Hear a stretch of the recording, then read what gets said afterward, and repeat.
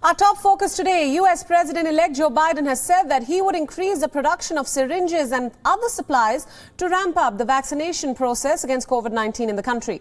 Biden further said that he will improve upon the Trump administration's rollout that he has now called a dismal failure. Under Biden's plan, federal disaster relief workers would set up thousands of vaccination centers where retired doctors would administer shots to teachers, grocery store workers, people over the age of 65 and older, as well as other groups who do not currently qualify. Look, our plan is as clear as it is bold. Get more people vaccinated for free. Create more places for them to get vaccinated. Mobilize more medical teams to get the shots in people's arms. Increase supply and get it out the door as soon as possible. The Democrat would invoke the Defense Production Act to increase the production of equipment needed to distribute the vaccines, such as glass vials, needles and syringes. He would also use the law to support vaccine refrigeration and storage. Biden said that his team has identified companies that are ready to be activated under this law. Now, this enables the president to order businesses to produce items necessary for national defense. The coronavirus pandemic has killed more than 389,000 people in the United States, and a top Biden advisor said on Friday that the death toll could reach 500,000 by February. Biden has since promised to do better than President Donald Trump to curb the virus and get some 100 million vaccine shots into the arms of Americans during his first 100 days in office. Now, for more details about the developments in the United States, we are now being joined by Rachel Silverman, live from San Francisco. Rachel, thanks for joining us. Let's start by talking about President-elect Joe Biden's vaccine rollout plans. Now, he has called the Trump administration's rollout a dismal failure.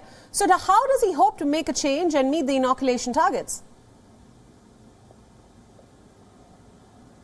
Well, he describes his plan as clear and bold, in contrast to how he describes the Trump administration's vaccine rollout.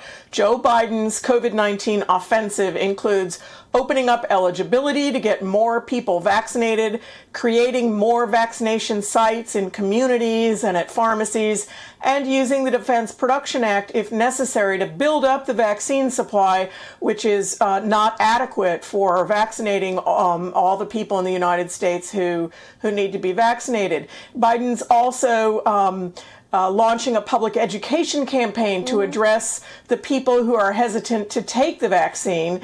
He says things are going to get worse before they get any better.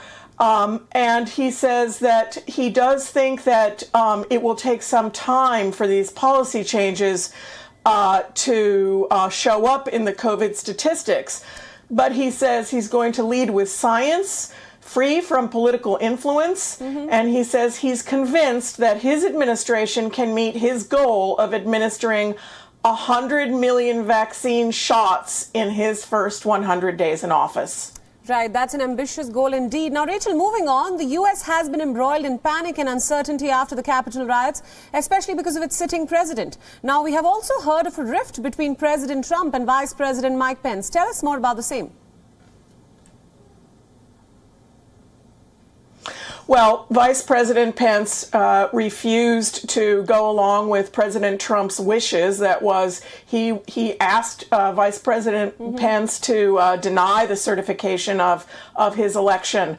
And President Trump, who has by all reports been sulking in the White House and who has been more focused on the pomp and circumstance of his exit from the White House on Inauguration Day, he hasn't been seen to be going about the activities of government, whereas Vice President Pence today called Nancy Pelosi and congratulated Kamala Harris on her election to vice president. Vice President Pence seems to be taking in the duties of the current administration as opposed to our president, whose impeachment trial could start as early as next week. Right. Now, speaking of the Capitol riots, the Justice Department prosecutors have formally walked back their assertion in a court filing that said that Capitol rioters sought to capture and assassinate elected officials. So what does this really mean?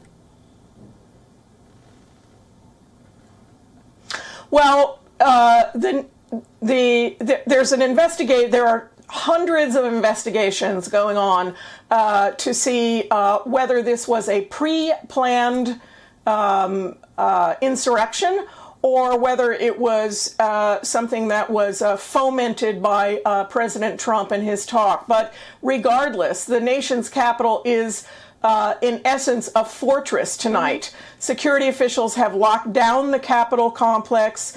Bridges leading into the city are closed until at least the day after the inauguration. The National Guard is expected to deploy more than 25,000 troops to assist with security. And top lawmakers and Homeland Security officials are saying that they are alarmed about the rising threats around the inauguration, the FBI warning of armed protests in all 50 states. Right, that actually brings me to my final question now. We are just a few days away from a new president being sworn in. Are federal authorities watching out for more unpredictable moves or violence?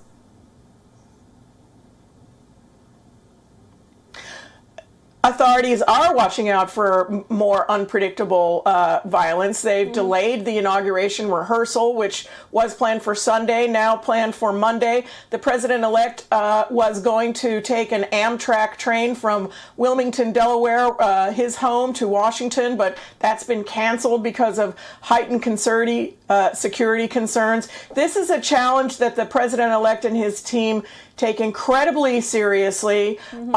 There is no direct evidence that there were plans to kill and capture the vice president and lawmakers, but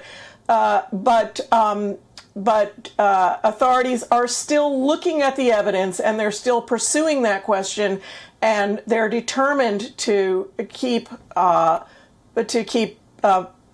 president-elect and the vice president and all people concerned safe come next Wednesday, Inauguration Day. Right. All right, Rachel, we'll leave it there. Thank you so much for joining us on this broadcast. WION World is now available in your country. Download the app now and get all the news updates on the move.